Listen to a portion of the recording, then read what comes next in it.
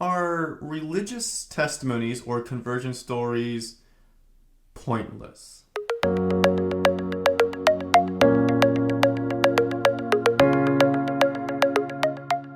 I had an interview planned for today, and it ended up getting postponed due to illness and the person I was going to interview being sick, so it's being postponed until next week.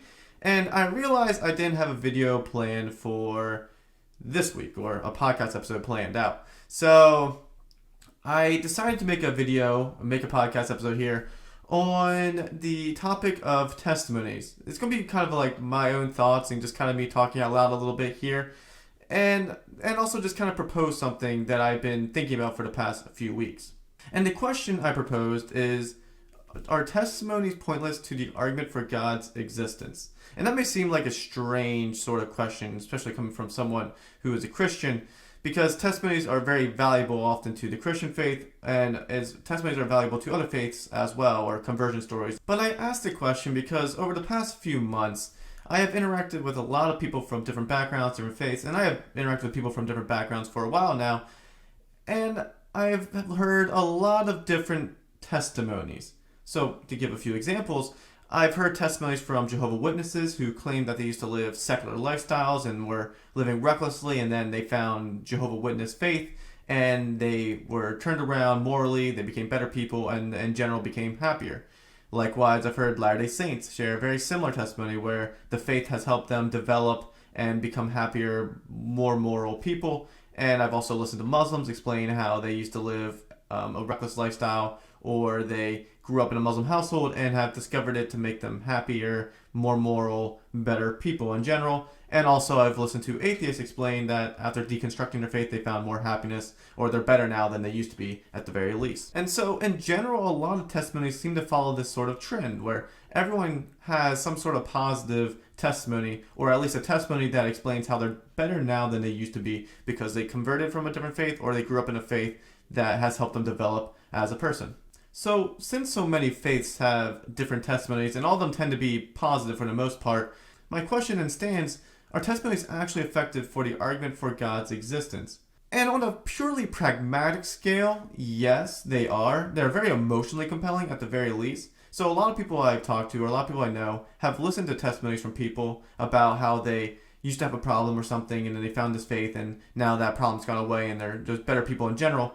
And typically, if people are dealing with a similar problem in their life and they're looking for answers, they might seek out that religion or start dabbling in it. And then if they find it helping them as a person as well, they'll end up converting, or at the very least revert to a religion that they thought might be dead to them. So on a purely pragmatic scale, testimonies and people's personal religious experiences can influence people to make religious conversions or to make religious decisions. So on a purely pragmatic scale, yes, they are effective for conversion or effective for emotional appeal, but that doesn't necessarily mean that they are logically compelling for the existence of God, much less a specific religion. Now, granted, people's goals when they share testimonies about their religious experiences aren't necessarily trying to present a logical case for what they believe. It's not like they're necessarily defending Christianity or defending Islam or defending Jehovah's Witness faith. It's not like they're necessarily defending what they believe on an apologetic, philosophical level. They are simply presenting their own personal experience with what they believe. And for that reason, normally what testimonies do, they seem to follow this sort of general outline. I'll present it kind of like this. So, A, they have some sort of problem that they're dealing with. Maybe it be depression or drug abuse or something like that. They have some sort of problem that they're dealing with. B, they were searching for answers, and then they came across this sort of religion. C, they ended up trying it out and practicing it. D, the problem was solved, and then they ended up converting because what they were seeking, they found. And if they're trying to convert someone, or at least get someone to join their faith, it might end with E, a call for someone else to believe because of what they experienced personally. And I've seen this sort of trend, or this sort of arc to testimonies across all religions. They all tend to follow this sort of scheme. They all tend to follow this sort of outline. And if every religion to a certain extent has this sad to glad sort of structure to it, it's hard to see how logically that can be a defense for God, especially when atheists who have deconstruction story about how they became atheists and left religion and are happier, better people for it, it's hard to see how that's a logical, good, feasible defense for the existence of God. And again, much less a specific religion.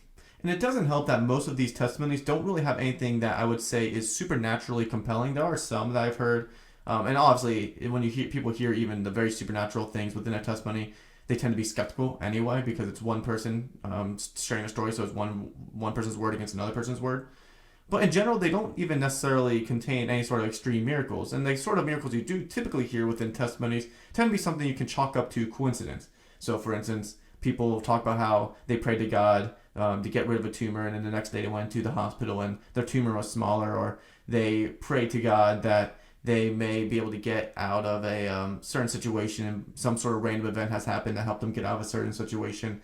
Things that could be chalked up to coincidence and stuff like that, and isn't necessarily a type of miracle that you could say is outright obviously a act of just pure God's hand. So like for instance, someone praying over someone else and their arm grows back where there was no arm and instantly on the spot. Like normally you don't hear any sort of miracles like that within a testimony. They tend to be something they could chalk up to coincidence. And most testimonies are purely, or not sure, I shouldn't say purely, but most testimonies are focused on behavioral changes and feelings.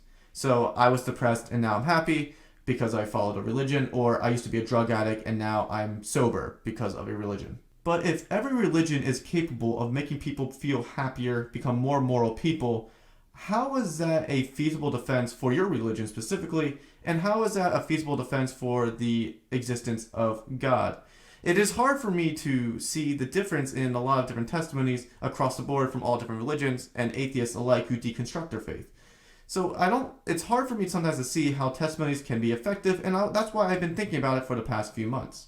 In general, I don't find testimonies overly compelling from a logical standpoint for the existence of God, because again, they're not normally apologetics and philosophical based trying to prove a truth point. They're normally experiential based. But I do think they can be effective and are worthwhile if used properly as a means to share what a faith can do for a person, what a particular belief system is trying to solve, what sort of problem it can solve.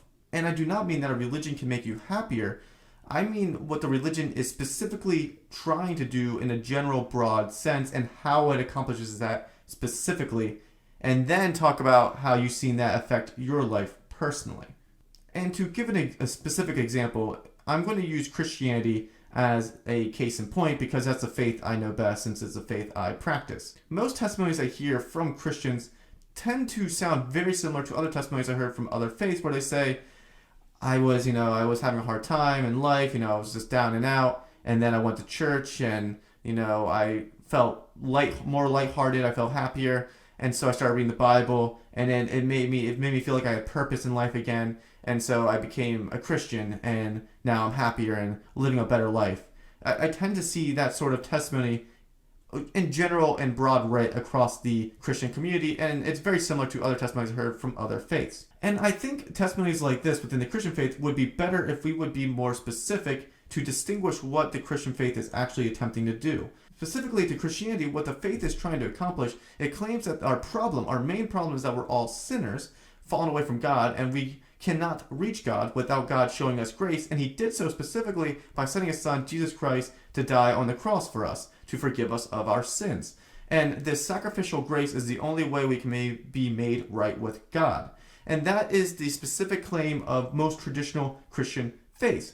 And then, within your testimony, you can use that sort of trend, saying I was a sinner, and then I was shown grace through Jesus, and now I have been free from my sin, and I have seen a difference in my life because of it. It becomes more specific, it becomes more detailed, and it makes it tailored towards Christianity specifically. And now back to a general principle, this should be applied to pretty much any sort of religious testimony. If you're going to make a claim for your faith about how it has impacted you, it should be more specific than I was sad and then I started following this faith and now I'm glad. It should have something specific. It should tackle a sort of problem that religion primarily focuses on and how it primarily solves that problem, and then give it a personal touch by sharing how that personally affected you. Because as I said, in general, testimonies aren't trying to logically make a philosophical point as much as explain how personally it impacted you. and then giving an actual detailed explanation of how it impacted you and a detailed explanation of what your faith is primarily accomplishing and doing and how you've seen that affect your own life will better distinguish religious testimonies from each other, and you don't have this sort of just, oh, well, this is what I experienced, because I think in general that's just not very helpful for people to understand what the religion you are following is actually doing or able to accomplish and how it specifically does that.